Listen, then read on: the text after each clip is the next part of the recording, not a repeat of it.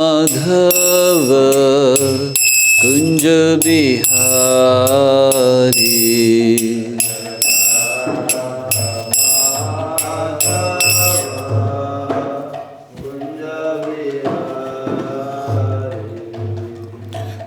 गोपीजन वल्लभ गिरिवरधारी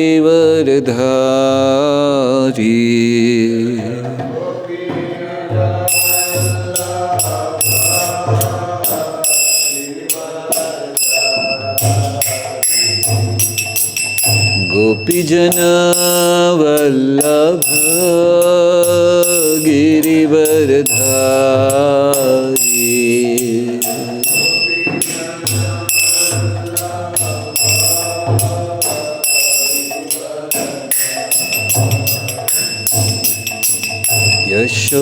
यशोदानंदन ब्रज जन रंजन यशोदानंदन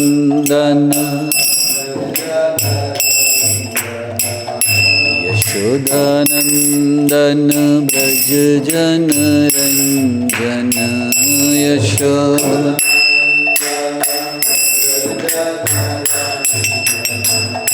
जमुना तीरा वनचारी Yamuna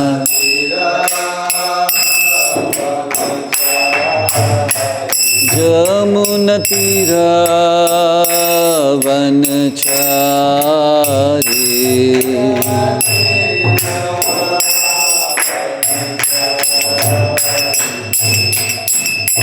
Radha Madhav Kunj Bihari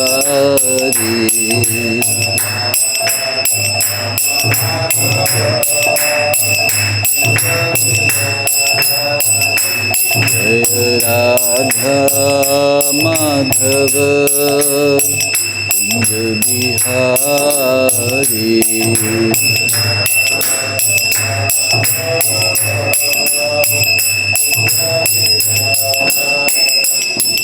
Hare Krishna, Krishna Krishna, Hare Hare, Hare Rama, Rama Rama, Hare Hare, Hare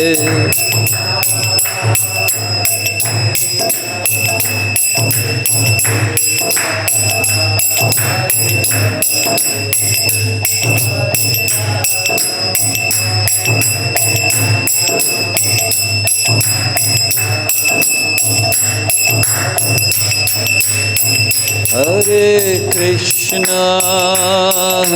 Krishna, Krishna Krishna, Hare Hare, Hare Rama, Rama Rama, Hare Hare, Hare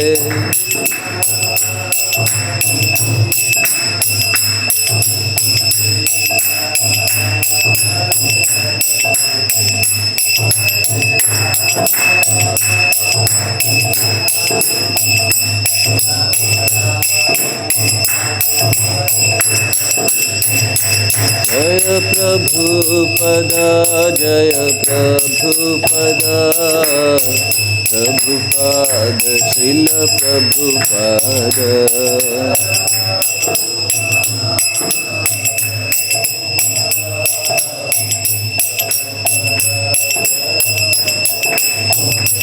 Nitai Gaura Hari Bol, Hari Bol, Hari Bol, Hari Bol, Nitai Gaura Hari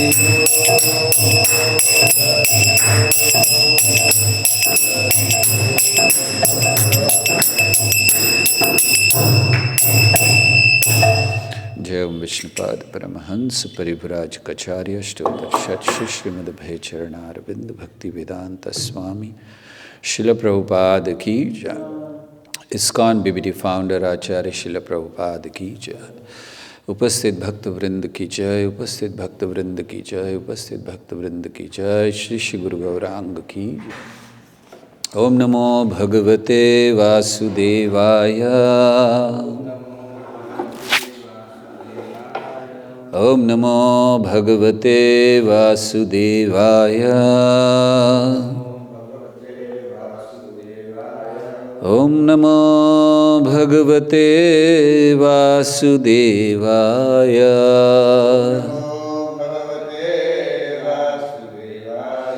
नारायणं नमस्कृत्य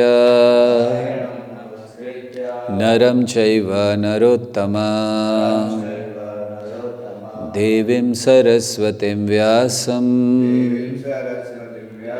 ततो जयमुदीरये। नष्टप्रायेषु भद्रेषु नित्यं भागवत सेवया, भगवत्युत्तम श्लोके भक्तिर्भवती नैष्टिकी। भागवत सार की श्रृंखला में 11वें स्कंद के 28वें अध्याय पर चर्चा करेंगे, जिसका शीर्षक है ज्ञान योग। इसके पहले श्लोक को पढ़ेंगे, कृपया दोहराइए। श्री भगवान उवाच परस्वभाव कर्माणि न प्रशंसे न गर्हयेत्, विश्वमेकात्मकं पश्यन् प्रकृत्या पुरुषेण च। श्री भगवान उवाच परस्वभाव कर्माणि न प्रशंसे न गर्हयेत्, विश्वमेकात्मकं पश्यन् प्रकृत्या पुरुषेण वा। श्री भगवान उवाच परस्वभाव कर्माणि न प्रशंसे न गर्हयेत्, विश्वमेकात्मकं पश्यन् प्रकृत्या पुरुषेण च।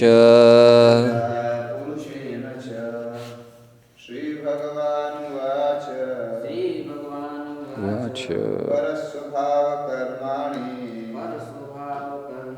न प्रसन्ने से न गर्ह्येत्,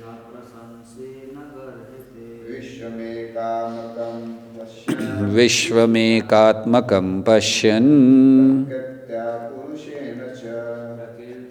पुरुषेण च। श्री भगवान उवाच परस्वभाव कर्माणि न प्रशंसेत गर्हित, विश्वमेकात्मकं पश्यन् प्रकृत्या पुरुषेण च। श्री भगवान उवाच पूर्ण पुरुषोत्तम भगवान ने कहा, पर पराय का स्वभाव कर्माणि तथा कर्म न प्रशंसे प्रशंसा न करें, न गर्हयेत आलोचना न करें, विश्वम संसार एक आत्मकम सत्य पर आश्रित, पश्यन देखते हुए, प्रकृत्या प्रकृति के साथ साथ, पुरुषेण भोक्ता के साथ, च भी। अनुवाद और तात्पर्य इस प्रकार से है। पूर्ण पुरुषोत्तम भगवान ने कहा, मनुष्य को चाहिए कि किसी अन्य व्यक्ति के बद्ध स्वभाव तथा कर्मों की न तो प्रशंसा करे न ही आलोचना, प्रत्युत उसे इस जगत को भौतिक प्रकृति तथा भोक्ता आत्माओं के सम्मेल के रूप में समझना चाहिए, क्योंकि वे सभी एक ही परम सत्य पर आश्रित हैं। तात्पर्य: प्रकृति के गुणों की अन्योन्य क्रिया के अनुसार भौतिक परिस्थितियां तथा कर्म सात्विक, राजसिक तथा तामसिक प्रतीत होते हैं। ये गुण श्री भगवान की माया शक्ति द्वारा उत्पन्न होते हैं और यह माया अपने स्वामी पूर्ण पुरुषोत्तम भगवान से भिन्न नहीं है। इसीलिए भगवत भक्त भौतिक प्रकृति की मायावी क्षणिक अभिव्यक्तियों से अलग रहता है। साथ ही वह भौतिक प्रकृति को श्री भगवान की शक्ति के रूप में स्वीकार करता है और उसे मूलतः सत्य मानता है। यहाँ पर बच्चे द्वारा मिट्टी की विभिन्न खिलौनों यथा बाग, मनुष्य, घर इत्यादि का रूप देने का दृष्टांत दिया जा सकता है। खिलौने की मिट्टी सत्य है, जबकि मिट्टी द्वारा धारण किए जाने वाला क्षणिक रूप मायावी है, क्योंकि वे असली बाग, पुरुष या घर नहीं होते। इसी तरह संपूर्ण विराट जगत श्री भगवान के हाथों में मिट्टी के लोंदे के समान है, जो माया के द्वारा माया के सुस्पष्ट क्षणिक रूप बनाते हैं। जो पूर्ण पुरुषोत्तम भगवान के भक्त नहीं हैं, उनका मन इन्हीं में लीन रहता है। ओम अज्ञानतिमिरान्धस्य ज्ञानाञ्जनशलाकया चक्षुरुन्मिलितं येन तस्मै श्रीगुरवे नमः। श्रीचैतन्यमनोभीष्टं स्थापितं येन भूतले स्वयं रूपः कदा मह्यं ददाति स्वपदान्तिकम्।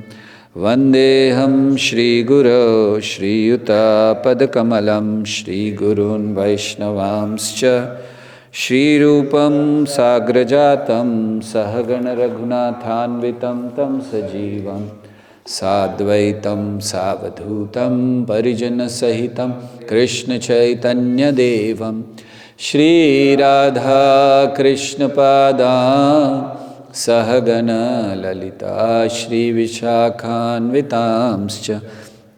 हे कृष्ण करुणा सिंधु दीनबंधु जगतपते गोपेश गोपिकाकांत राधाकांत नमस्तुते। तप्त कांचन गौरांगी राधे वृंदावनेश्वरी वृषभानुसुते देवी प्रणमामि हरिप्रिये। वाञ्छाकल्पतरुभ्यश्च कृपा सिन्धुभ्यैव च पतितानां पावनेभ्यो वैष्णवेभ्यो नमो नमः। नमो ॐ विष्णुपादाय कृष्णप्रेष्ठाय भूतले श्रीमते भक्तिवेदान्त स्वामिनिति नामिने। नमस्ते सारस्वती देवे गौरवाणी प्रचारिणे निर्विशेष शून्यवादी पाश्चात्य देशतारिणे। जय श्री कृष्ण चैतन्य प्रभो नित्यानंद श्री अद्वैत गदाधर श्रीवासादि गौर भक्तवृंद। हरे कृष्णा कृष्णा कृष्णा हरे हरे, हरे राम राम राम हरे हरे। हरे कृष्ण। सर्वशास्त्राब्धिपीयूषः सर्ववेदैकसत्फला सर्वसिद्धान्तरत्नाढ्या सर्वलोकैकदृक्प्रदा सर्वभागवतः प्राण श्रीमद्भागवतः प्रभो कलिध्वान्तो दिदादित्य श्रीकृष्ण परिवर्तिता परमानंद पाठाय प्रेमवर्षक्षराय ते सर्वदा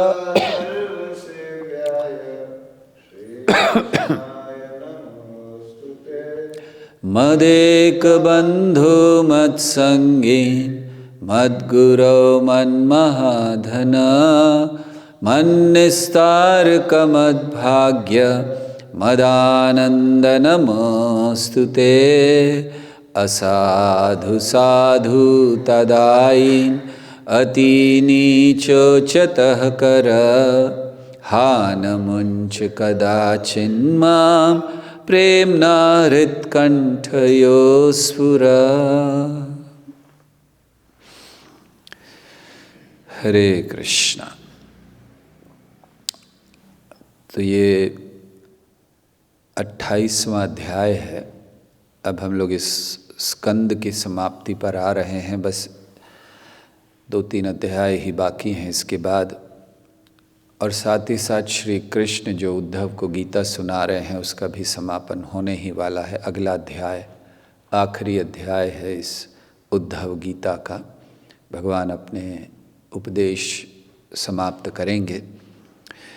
ये जो अध्याय है इसमें जैसे अभी हम लोगों ने पढ़ा, प्रारंभ के श्लोकों में पहले श्लोक से लेकर 9वें श्लोक तक भगवान वर्णन कर रहे हैं कि हमें किसी को ना तो प्रशंसा करनी चाहिए और ना ही निंदा, ये जानते हुए कि ये बद्ध अवस्था में है। तो हम लोग कभी कभी कहते हैं ये ऐसे कर रहे हैं, ये वैसे कर रहे हैं, तो भगवान कहते करना नहीं चाहिए। फिर आगे जब भगवान ने ऐसा कहा तो उद्धव ने एक प्रश्न किया कि ये बताइए कि इस जगत में ये कहते हैं कि भौतिक अस्तित्व है तो किसका है? आत्मा तो सच्चिदानंद है और शरीर मृत है, तो कौन बद्ध होता है? इसको वो पूछ रहे हैं इस प्रश्न को। तो ये और फिर श्री कृष्ण उसका उत्तर देते हैं। तो ये 10 से 16 तक ये इस प्रकार होगा। फिर 17 श्लोक से लेकर 30वें श्लोक तक भगवान ज्ञान का वर्णन कर रहे हैं। किस तरह अहंकार से, मिथ्या अहंकार से ज्ञान के द्वारा मुक्त हुआ जा सकता है। और फिर आखिरी विभाग इसका है जहाँ 31वें श्लोक से लेकर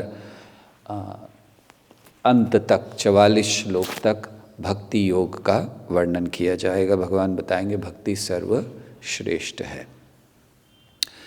तो ये ज्ञान का अध्याय है जिसका नाम है ज्ञान योग।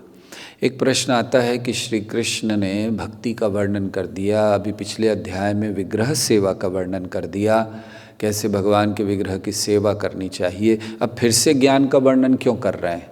और उसको तो बहुत आराम से, बहुत विस्तार से समझा चुके हैं कई अध्यायों में, तो फिर ये ज्ञान का वर्णन क्यों कर रहे हैं भगवान?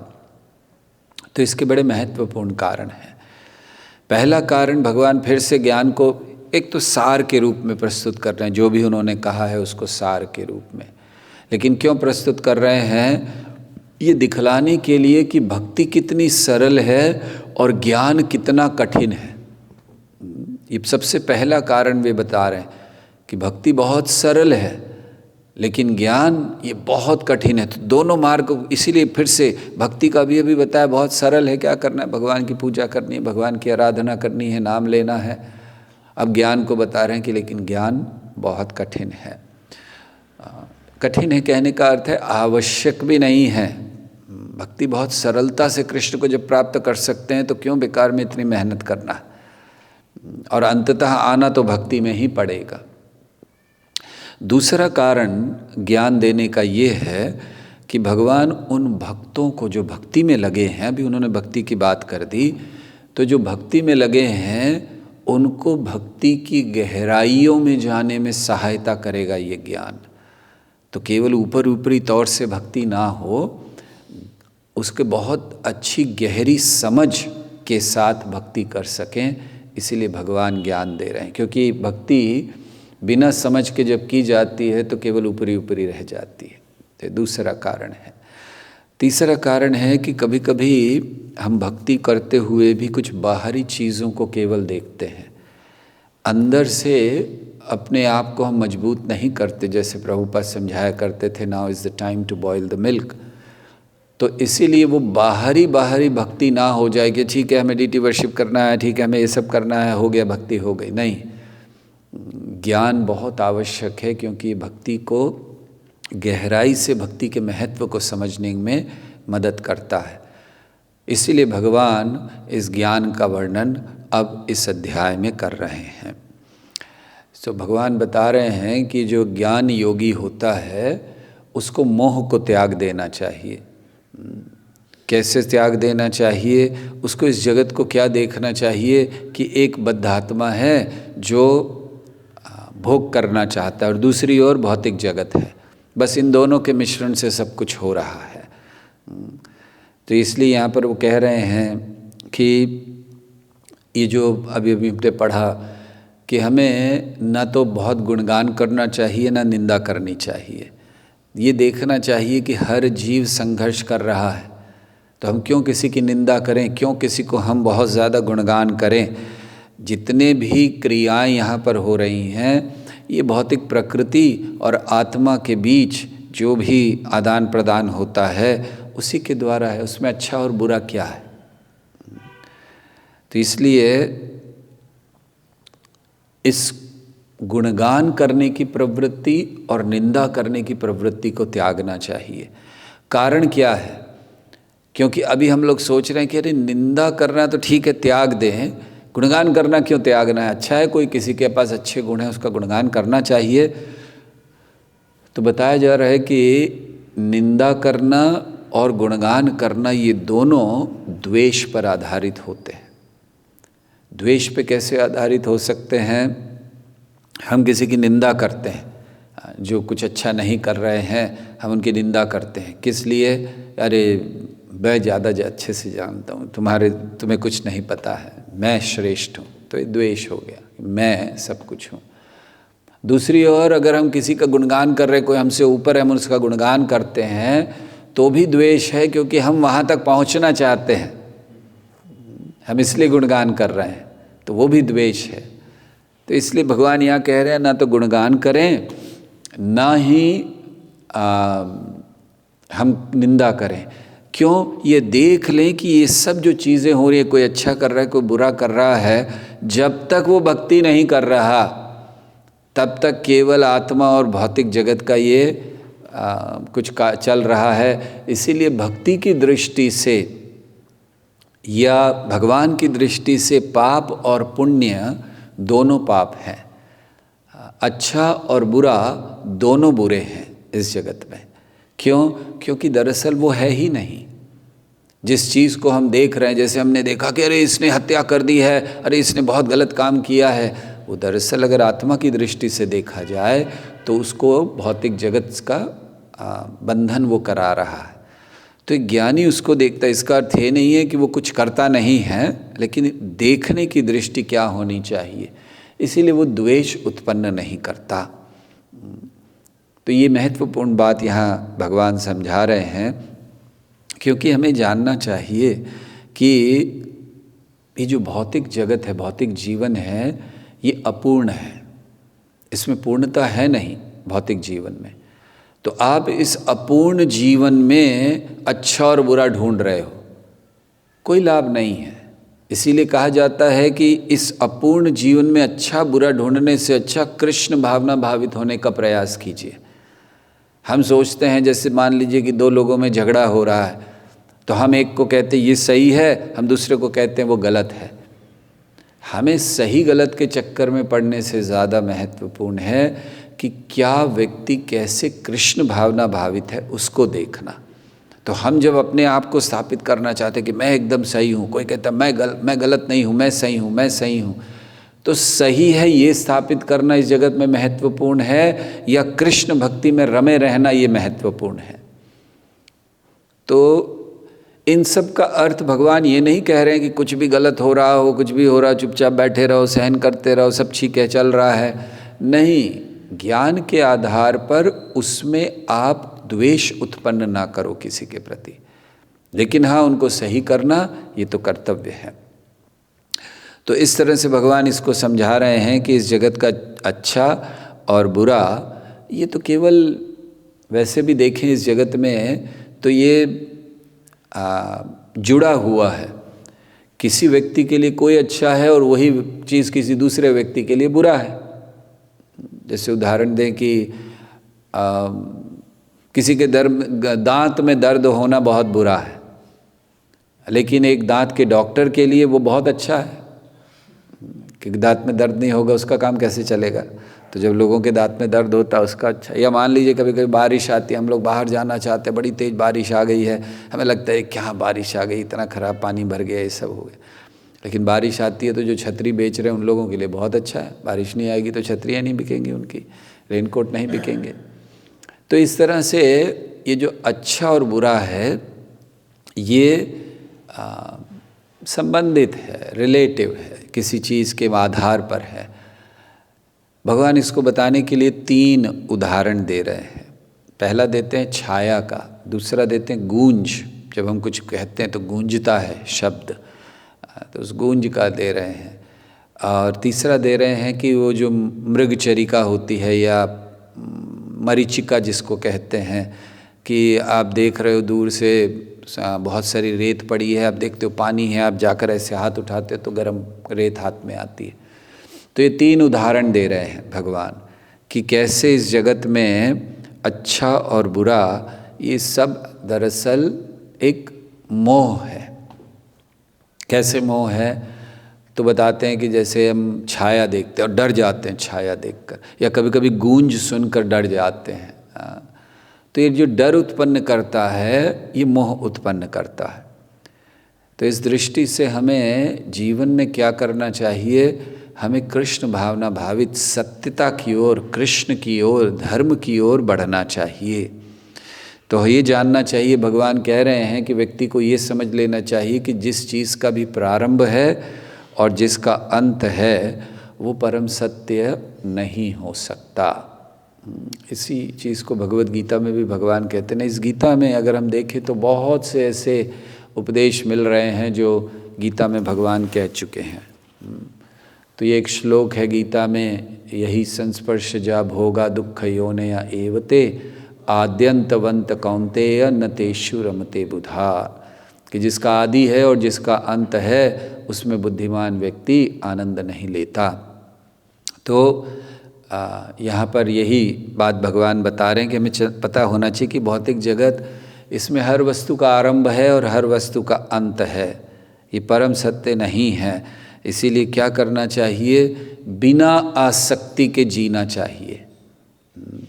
क्योंकि जब हम इसको सत्य मानते हैं तब आसक्ति बढ़ती है। लेकिन अगर हम मान लें कि ये सत्यता नहीं है, इसका प्रारंभ है और इसका अंत है, समाप्त तो होने वाला है, फिर कैसी आसक्ति। तो इसलिए बिना आसक्ति के रहना चाहिए। जीव गोस्वामी समझाते हैं कि जीव के 2 प्रकार के मोह होते हैं इस जगत में। अगर वो इन 2 प्रकार के मोह को त्याग दे तो बड़े आराम से निर्भय होकर कृष्ण की सेवा कर सकते हैं।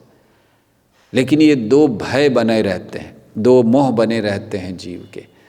पहला मोह है जहाँ जीव द्वंद्वों में फंसा रहता है, द्वंद्वों में फंसे रहकर चीज़ों को निर्णय लेता है, अच्छा क्या है बुरा क्या है, ये युवा अवस्था है ये वृद्धावस्था है, ये शुभ है ये अशुभ है, ऐसे द्वंद्वों में फंसा रहता है। ये पहले प्रकार का मोह है। और ये मोह कब समाप्त होता है, जब हम जान जाते हैं कि सारी चीज़ें क्षणिक हैं, ये भौतिक जगत क्षणिक है, ये शाश्वत नहीं है, इसका स्वभाव क्षणिक है। तो फिर हम ये जानकर ऐसी आसक्तियों को, ऐसे शुभ अशुभ, अच्छा बुरा, इन चीज़ों को हम इन चीज़ों के परे आ सकते। तो पहला मोह है जीव का, जहाँ वो द्वंद्व में पड़ा रहता है, किसी को अच्छा मानता है, किसी को बुरा मानता है, किसी को शुभ मानता है, किसी को अशुभ मानता है, बस इसी में पड़ा रहता है। लेकिन अगर हम माने कि ये शुभ अशुभ अच्छा बुरा सब ये क्षणिक हैं, थोड़े समय में समाप्त हो जाएंगे, हम सब देखते हैं इस जगत में जितनी भी चीज़ें हैं क्षणिक हैं। कभी कभी बहुत सारा कष्ट होता है, थोड़े समय बाद वो समाप्त हो जाता है। कभी बहुत अच्छे प्रसन्नता है, खुश है, वो भी समाप्त हो जाता है। तो सब कुछ क्षणिक है, इसीलिए आसक्ति उत्पन्न ना करें। दूसरे प्रकार का मोह होता है जीव में, जहाँ वो हर वस्तु को भगवान से अलग देखता है। इस जगत में ऐसा कुछ भी नहीं है जो भगवान से अलग है। तो जब हम चीज़ों को भगवान से अलग देखते हैं तो एक भोक्ता बनने की कामना हमारे अंदर उत्पन्न हो जाती है, क्योंकि चीज़ें भगवान की नहीं हैं, हमारी हैं। तो जब भगवान से अलग देखा जाता है तो हम भोग करते हैं। शरीर भगवान का नहीं है, मेरा है, तो फिर इसको हम जो चाहें भोग कर सकते हैं। ये जगत, ये घर मेरा है, भगवान का नहीं है। लेकिन जब देखा जाता है कि ये सब कुछ भगवान का है, तो स्वाभाविकता वो आसक्ति उत्पन्न नहीं होती, वो भय उत्पन्न नहीं होता, उसको खो जाने का भय। जब हम अपना मानते हैं मैं और मेरा, तभी तो ये भय उत्पन्न होता है कि चला जाएगा, तभी तो आसक्ति उत्पन्न होती है कि मेरा है। लेकिन अगर हमने ये मान लिया कि है ही कृष्ण का, वस्तुत सकली तव जीवे के हो नाय, अहम मम भ्रमी भ्रमी भोगे शोक भय। तो अगर हमने मान लिया कि है ही कृष्ण का, क्यों बेकार में इस पे हमें आसक्ति होनी है, क्यों इससे डर होना है, कृष्ण का है, जब चाहे ले लेंगे, तो भय निकल जाता है। तो इसलिए दो प्रकार के मोह से अगर व्यक्ति मुक्त हो जाए, तो फिर जीव गोस्वामी समझाते हैं कि कृष्ण की सेवा बिना किसी भय के की जा सकती है।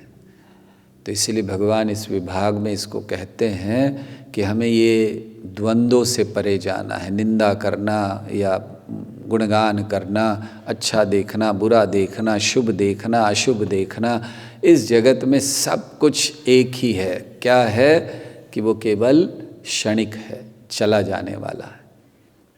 तो बुद्धिमानी किसमें है? बुद्धिमानी इसमें है कि हम जो चीज़ नहीं जाने वाली उसकी ओर बढ़ें।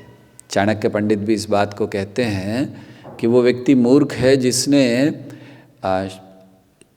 अशाश्वत चीज़ों के लिए शाश्वत चीज़ों को छोड़ दिया।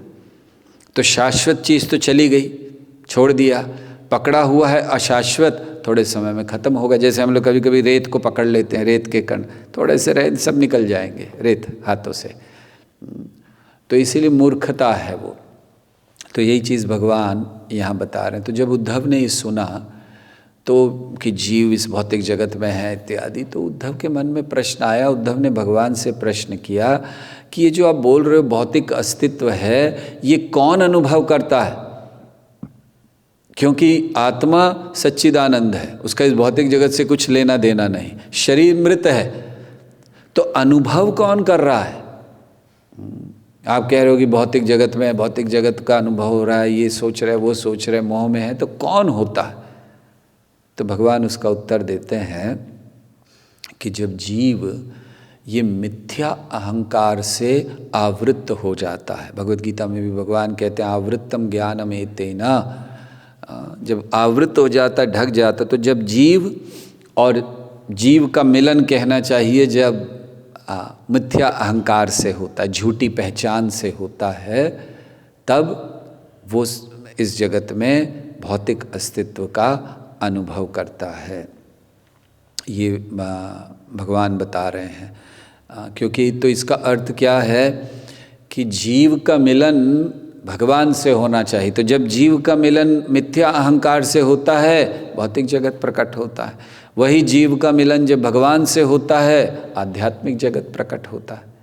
बहुत सरल है। तो हमें किसके साथ अपने को जोड़ना है, उसके आधार पर हमारी गति निश्चित होती है। तो भगवान कह रहे हैं कि बस जब तक इस जगत में उसका मिलन या वो जुड़ा रहता है मिथ्या अहंकार से, भौतिक अस्तित्व बना रहता है। भगवान कहते हैं जो जगत है ये दरअसल एक स्वप्न की तरह है, क्योंकि शाश्वत नहीं है, आता है चला जाता है, भूत्वा भूत्वा प्रलीयते। ये जगत सत भौतिक प्रकृति, भगवान की शक्ति, ये शाश्वत है, लेकिन उससे जो प्रकट होते हैं अलग अलग रूप जगत के, वो शाश्वत नहीं है। तो भगवान कह रहे हैं कि तो एक स्वप्न की तरह है। व्यक्ति को जो जागृत व्यक्ति है उसको क्या करना चाहिए, उसको समझ जाना चाहिए कि जो स्वप्न है उसका कोई अर्थ नहीं होता है। जैसे हम लोग स्वार्थ की बात करते हैं, स्व अर्थ, तो जब हम स्व को ये शरीर मानते हैं तो हमारा जो स्वार्थ है वो केवल ये भौतिक जगत तक सीमित हो जाता है। जब हम स्व को आत्मा मानते हैं तो फिर हमारा जो स्वार्थ है, असली स्वार्थ, वो असीमित हो जाता है, क्योंकि आध्यात्मिक जगत असीमित है।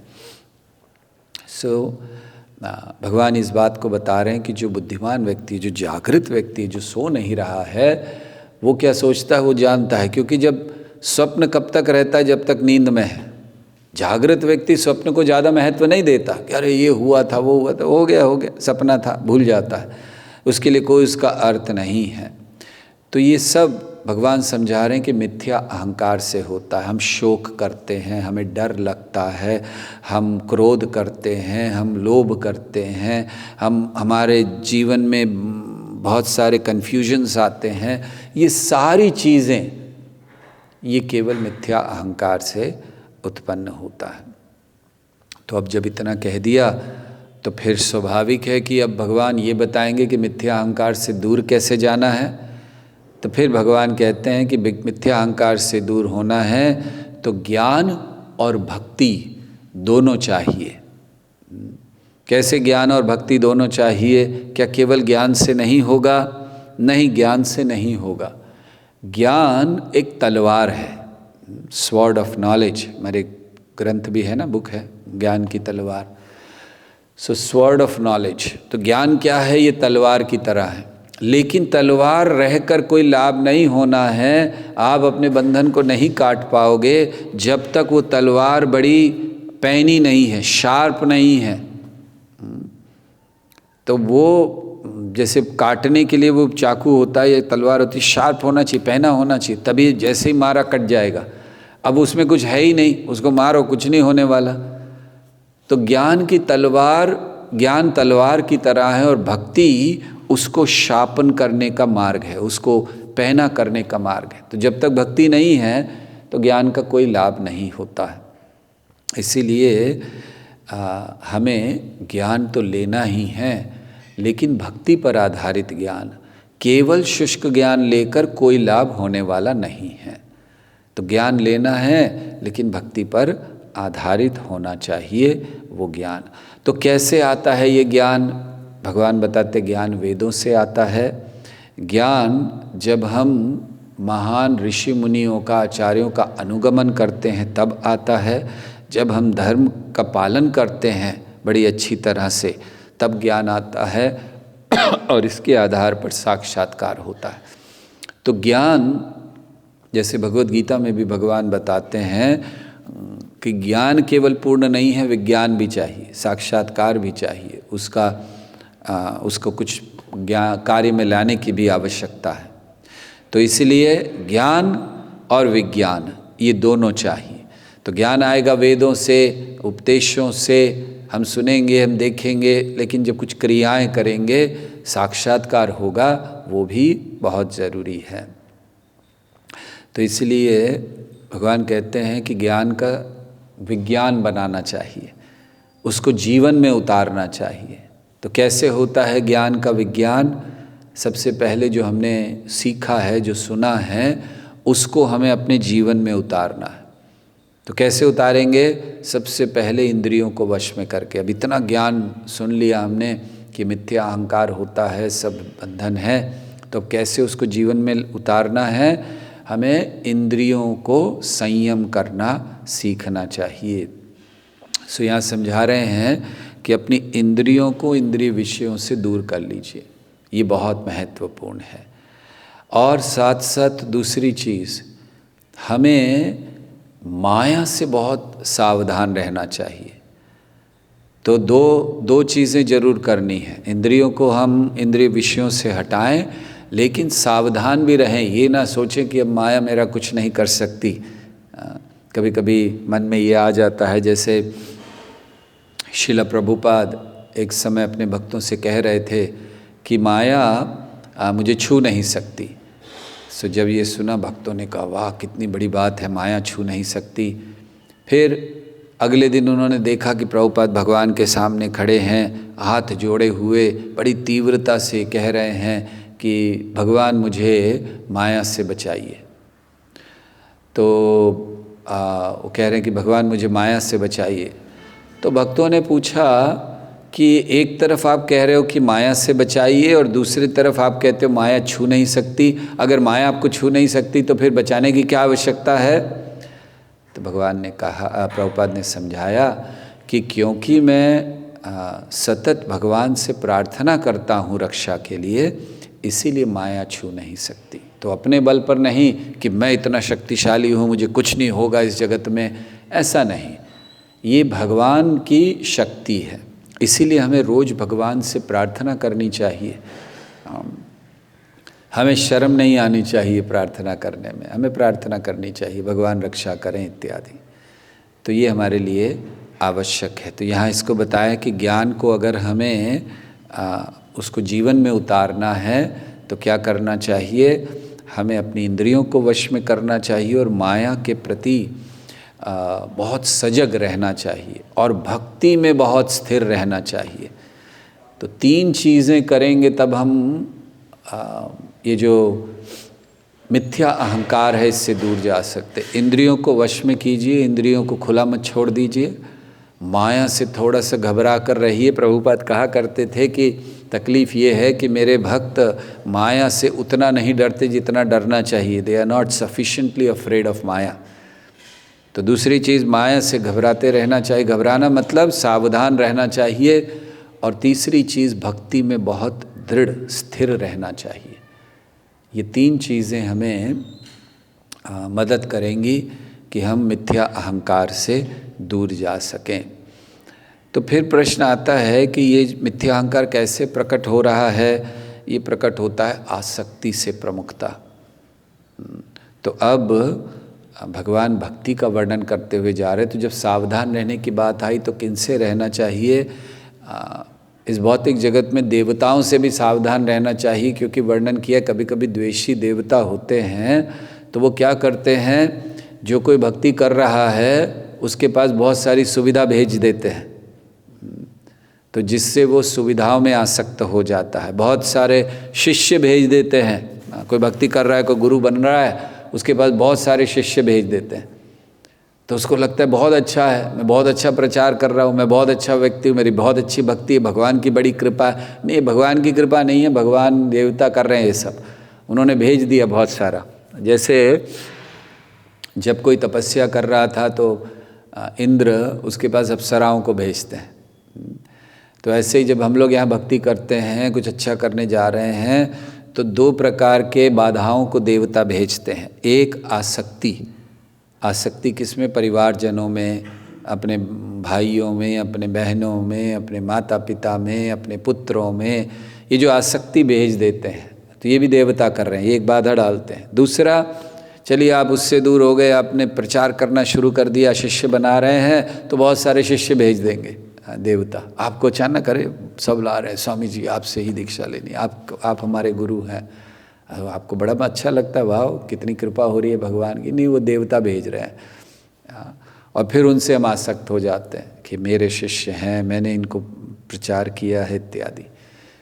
तो ये दोनों जो हमारे लिए खतरा है, कहना चाहिए कि देवता एक अध्यात्मवादी की परीक्षा लेते हैं इन्हें भेजकर, कि सही में इसको भगवान से आसक्ति है या शिष्य बनाकर इस जगत में मान सम्मान में आसक्ति है।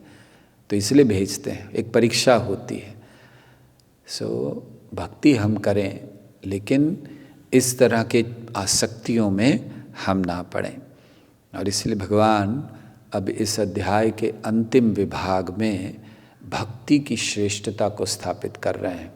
बहुत सुंदर श्लोक में भगवान कहते हैं कि जो भी उन्होंने चीज़ें कहीं, तो इन अशुभ उत्पातों को मेरा स्मरण करके, अब जैसे बहुत सारे अशुभ उत्पात हो रहे हैं हमारे जीवन में, हम कैसे इनके परे जा सकते हैं, कैसे ये आसक्तियों से, कैसे ये डर से, कैसे जितनी भी चीज़ें हमें दूर ले जा रही, क्या हो सकता है। तो उसका भगवान सार दे रहे हैं।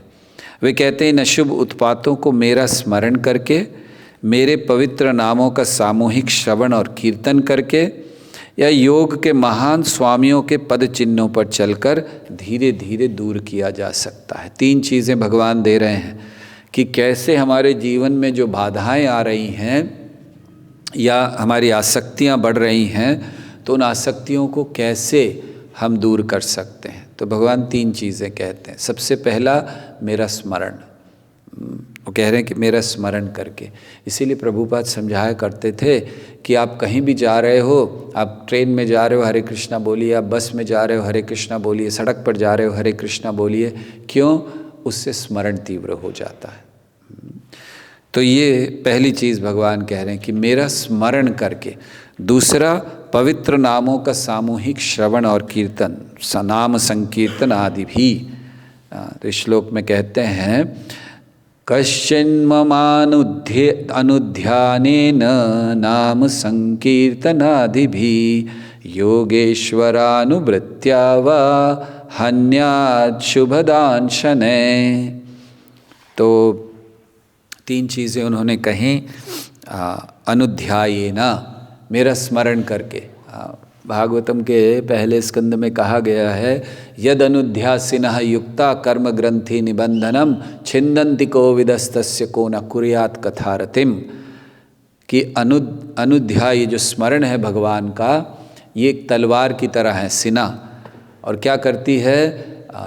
यद अनुध्यासिना युक्ता कर्म ग्रंथि निबंधनम, जितनी कर्मों की ग्रंथियां हैं, गांठें हैं, उनको काट देती है। छिन्दन्ति, काट देती है। तो कोविदस्तस्य को न कुर्यात्, जो बुद्धिमान व्यक्ति है, ऐसा कौन बुद्धिमान व्यक्ति होगा जो कथा में रति नहीं लेगा। तो ये चीज़ यहाँ पर हम लोग देखते। तो इसलिए भगवान कह रहे हैं कि मेरा स्मरण, कश्चिन मम अनुध्यायनेन, भगवान का स्मरण होना चाहिए। दूसरा, नाम संकीर्तन। संकीर्तन मतलब जोर से उच्चारण होना चाहिए मेरे नाम का, कीर्तन करना चाहिए। तो ये दूसरी चीज़ है। और तीसरी वो कहते हैं योगेश्वरानुवृत्त्या। योगेश्वरानुवृत्त्या मतलब जो भगवान हैं कृष्ण योगेश्वर, उनके जो अनुगामी हैं अर्थात शुद्ध भक्त हैं, उनके पद चिन्हों पर चलकर। तो ये तीन महत्वपूर्ण चीज़ें भक्ति में हमें करनी चाहिए। भगवान का स्मरण बढ़ाना चाहिए, ऐसे कार्य करने चाहिए जिससे सतत भगवान का स्मरण हो सके। और अगर हमें कोई ऐसा कार्य नहीं मिलता है तो सतत जप कीजिए, भगवान का नाम लेते रहिए, स्मरण बढ़ जाएगा। और फिर कीर्तन करें और पद चिन्हों पर चलें। तो इसको यहाँ भगवान कह रहे हैं इसके द्वारा प्रयास किया जा सकता है। और हो सकता है कुछ लोग कभी कभी सिद्धियों के पीछे भागते हैं, कुछ योगी सिद्धियों के पीछे भागते हैं। तो भगवान कह रहे कोई लाभ नहीं है ऐसी सिद्धियों के पीछे भागने का। भागना है तो कृष्ण के पीछे भागे, सिद्धियों के पीछे क्यों भागना है। तो इसलिए उसको भी भगवान नकार देते हैं। और फिर अंतिम श्लोक में, अंतिम 2 श्लोकों में भगवान ये बता रहे हैं कि सबसे अच्छा योगी कौन है। 6 अध्याय में भगवद गीता के अंत में भी भगवान ने यही कहा था ना, कौन है अच्छा योगी। क्या श्लोक है वो? योगिनामपि सर्वेषां मद्गतेनन्तरात्मना श्रद्धावान भजते यो माम समय युक्त तमो मतः। तो अब ये इन 2 श्लोकों में इस अध्याय के इसी बात को वो कह रहे हैं। तो इनको पढ़ेंगे। तो वो कहते हैं यद्यपि योग की विभिन्न विधियों से स्थूल शरीर सुधर सकता है, किंतु बुद्धिमान व्यक्ति जिसने अपना जीवन मुझे समर्पित कर दिया है, योग के द्वारा शरीर को पूर्ण बनाने पर अपनी श्रद्धा नहीं दिखलाता और वास्तव में ऐसी विधियों को त्याग देता है। जिस योगी ने मेरी शरण ग्रहण कर ली है, जो लालसा से मुक्त रहता है, क्योंकि वह भीतर ही भीतर आत्मा के सुख का अनुभव करता है, इस तरह इस योग विधि को संपन्न करते हुए वह कभी विघ्न बाधाओं से पराजित नहीं होता। भक्ति करते हुए बहुत सारी बाधाएं आती हैं। तो भगवान यहाँ कह रहे हैं कि कौन है जो बाधाओं से प्रभावित नहीं होता। तो कौन है? जिसने शरण ग्रहण की हुई है। पहले भगवान वर्णन कर रहे हैं जिसने मेरी शरण ग्रहण की हुई है। तो जिसने शरण ले ली है भगवान की, उसको कोई भय नहीं होता। दरअसल इस जगत में सबसे बड़ी बाधा भय है, लेकिन जिसने भगवान की शरण ले ली, अभय चरणारविंद रे, उसको कैसा भय? तो सभी भयों से अभय होना है तो हमें भगवान के चरणों की शरण लेनी चाहिए। तो इसलिए यहाँ कहा कि जिसने शरण ले ली, पहली बात भगवान बता रहे हैं, तो उसको कोई बाधा नहीं रहती है। फिर दूसरा कहते हैं लालसा से मुक्त रहता है। कहना चाहिए कि उसको लालसा क्या होती है? एक लालसा कृष्ण को पाने की होती है, कृष्ण उपासन लालसा। लेकिन यहाँ लालसा से मुक्त रहता है, मतलब शरीर के प्रति जितनी भी लालसाएं हैं शरीर के माध्यम से, उनसे मुक्त रहता है। उसको शरीर के प्रति कोई लालसा नहीं है कि मेरा शरीर सुंदर हो जाए, मेरा शरीर बहुत अच्छा रहे, मैं शरीर स्वस्थ रहूं, बस जीवन अच्छा रहे। नहीं, उसको है कि मैं शरीर को कैसे भगवान की सेवा में झोंक दूं, बस ये उसका उद्देश्य है। उसका उद्देश्य ये नहीं है कि कैसे मेरा शरीर वगैरह सब ठीक रहे। तो ये दूसरी चीज़ है कि सारी लालसाओं को वो समाप्त कर देता है। जिसने भगवान के चरणों में समर्पण कर दिया, उसको क्या लालसा रह सकती है कि मैं यहाँ प्रसिद्ध हो जाऊँ, बहुत बड़ा गुरु बन जाऊँ, मैं बहुत बड़ा प्रचारक बन जाऊँ? कोई लालसा नहीं है। ना मान सम्मान की लालसा है, न काम वासना की लालसा है, न भोग की लालसा है, ना ही धन कमाने की लालसा। इस जगत में लालसा ही है ना सब में, कि किस प्रकार धन कमा लें, इसको वासना कहते हैं। इस जगत की लालसा दरअसल वासना कहलाती है। जब इच्छा बड़ी तीव्र हो जाती है तो वो वासना में बदल जाती है। इसीलिए नरोत्तम दास ठाकुर कहते हैं, विषय छाड़िया कबे शुद्ध हबे मन, कबे हम हेरब से श्री वृंदावन। विषय छाड़िया, ये जो विषय है इसको कब छोड़ेंगे तब हम वृंदावन को जान सकेंगे। तो ये बहुत महत्वपूर्ण है। तो यहाँ ये चीज़ है कि लालसा से मुक्त हो जाना है। और आगे क्या करना है? किसी प्रकार की लालसा नहीं है, शरीर के प्रति नहीं है, मतलब शुद्ध भक्ति में अपने आप को लगा देता है। तो शुद्ध भक्ति ये माध्यम है जीवन की सफलता का। अगर किसी को जीवन सफल करना है तो भक्ति का पालन, शुद्ध भक्ति का पालन करना होगा। ये इस अध्याय के सार के रूप में, जैसे छठे अध्याय में भगवद गीता के भगवान ने बहुत सारा योगा का वर्णन कर दिया, इस तरह बैठो, उस तरह बैठो, ये करो, वो करो। काया शिरो काया ग्रीवा, आपका सर, गर्दन, काया सब एक तरह रहनी चाहिए। और आँखों को आप नाक के जो अग्रभाग है वहाँ पर केंद्रित करो। बहुत सारी चीज़ें कह दी, लेकिन अंत में क्या कहा? योगिनाम अपि सर्वेषां मद्गतेन अंतरात्मना श्रद्धावान भजते यो माम समय युक्त तमोमत। इसी तरह सारा ज्ञान कह दिया, बहुत ज्ञान का वर्णन कर दिया, लेकिन अंत में भगवान ने कहा कि भक्त ही श्रेष्ठ है। और अब अगले अध्याय में उद्धव जी पहले ही श्लोक में जो ज्ञान की बात भगवान ने की उसको नकार देंगे कि ये ज्ञान से कुछ नहीं होने वाला। तो जैसे 7वें अध्याय में भगवान ने शुद्ध भक्ति का वर्णन किया, ये बोलने के बाद योगी नाम अपि सर्वेषाम, कि 7वां अध्याय भक्ति योग है। इसी तरह यहाँ ये वर्णन कर दिया, आखिरी श्लोक में कह दिया कि भक्ति योगी श्रेष्ठ है, बाकी सब योगियों का लाभ नहीं है। तो अब अगले अध्याय में भक्ति योग का वर्णन करेंगे, जिसका शीर्षक भी अगले अध्याय का भक्ति योग ही है। हरे कृष्णा कृष्ण कृष्णा हरे हरे, हरे राम राम राम हरे हरे।